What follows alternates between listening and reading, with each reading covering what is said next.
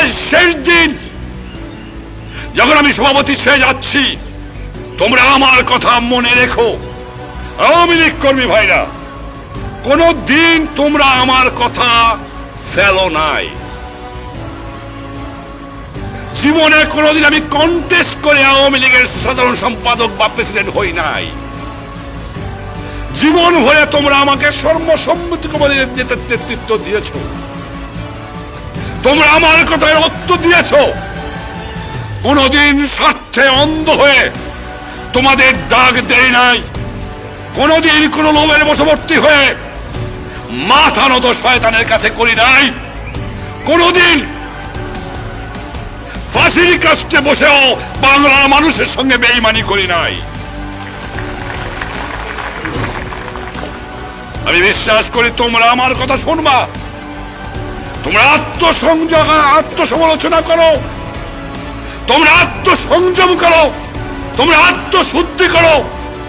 2, 4, 5টা লোক অন্যায় করে, যার জন্য এত বড় প্রতিষ্ঠান, যে প্রতিষ্ঠান ইতিহাস সৃষ্টি করেছে, যে প্রতিষ্ঠান স্বাধীনতা এনেছে, যে প্রতিষ্ঠানে লক্ষ লক্ষ কর্মী জীবন দিয়েছে, যে প্রতিষ্ঠানের 25 বছর পর্যন্ত ঐতিহাসিক সংগ্রাম, তার বদনাম হতে দেওয়া চলে না।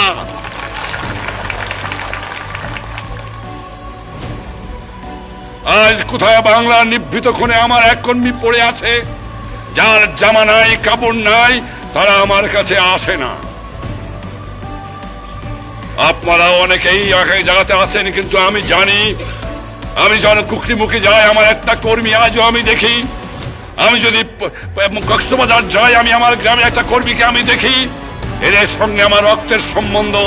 আজও দেখি সেই ছেঁড়া লুঙ্গি, আজও দেখি সেই ছেঁড়া পায়জামা, আজও দেখি সেই ছেঁড়া শার্ট, আজও পায়ে জুতো নাই। আমার কর্মী বাংলাদেশের লক্ষ লক্ষ কর্মীর উপরে আছে, কিন্তু কয়েকজন লোক যখন দেখে, গন্ধ পায়, মধুমক্ষিকার গন্ধ পায়, তখন তারা এসে আওয়ামী লীগের নামে লুটতরাজ করার চেষ্টা করে, কর্মীর ব্যবসা করার চেষ্টা করে। আওয়ামী লীগ কর্মীরা আওয়ামী লীগের থেকে তাদের উৎখাত করে দিতে হবে। আওয়ামী লীগের থেকে অধিকার তাদের নাই। আত্মসমালোচনার প্রয়োজন আছে আজ, আত্মসংযমের প্রয়োজন আছে আজ, আত্মশুদ্ধির প্রয়োজন আছে আজ।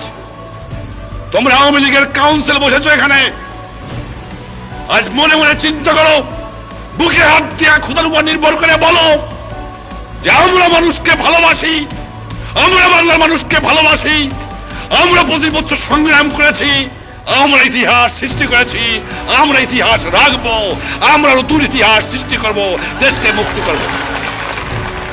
তাহলে আওয়ামী লীগের ইতিহাস থাকবে, তাহলে মরেও আমি শান্তি পাব। তাহলে বড় দুঃখ, বড় কষ্ট, বড় রক্ত। আজ আমার কর্মীর দিকে আমি চাই, আজ আমি আটকা পড়ে গেছি।